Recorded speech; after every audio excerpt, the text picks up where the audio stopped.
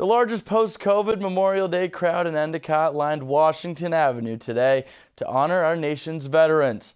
Endicott held its annual Memorial Day parade on Washington Ave prior to hosting a ceremony at the Endicott War Memorial. The parade featured local veterans groups, the Union Endicott High School Marching Band, emergency services, civic organizations, dignitaries, and a host of other community participants.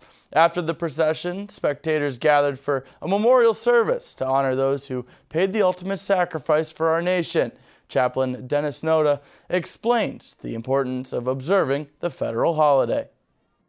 Today, we stand to remember the most honorable amongst us, and we must continue to carry the burden of their sacrifice lest we lose sight of what true freedom is. Today is for remembering. Stand in honor of them. Walk in their path of duty. Remember the cost, and hold in your heart the cause of freedom. The ceremony included a reading of the Gettysburg Address, a performance of Amazing Grace by the Edward P. Maloney Memorial Pipe Band, and finished with the playing of Taps by a Marine. Annie Hogenkamp, the post commander for VFW Post 1449, announced that the out-of-commission mailbox at the memorial is finding a new use as a U.S. flag retirement box. In addition to the holiday, the day marks the opening of the village's carousel and pool at George W. Johnson Memorial Park.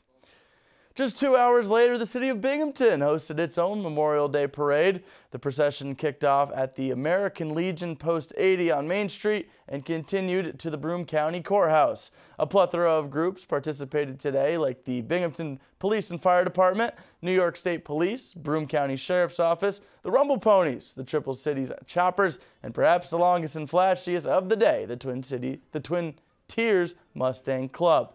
Broome County Clerk Joseph Mihalko emceed the event, which involved providing commentary and introducing the organization to spectators. As the story goes, Memorial Day was first observed in Waterloo, New York in 1866, which was originally known as Decoration Day. The holiday was created to honor those who gave their lives in the Civil War.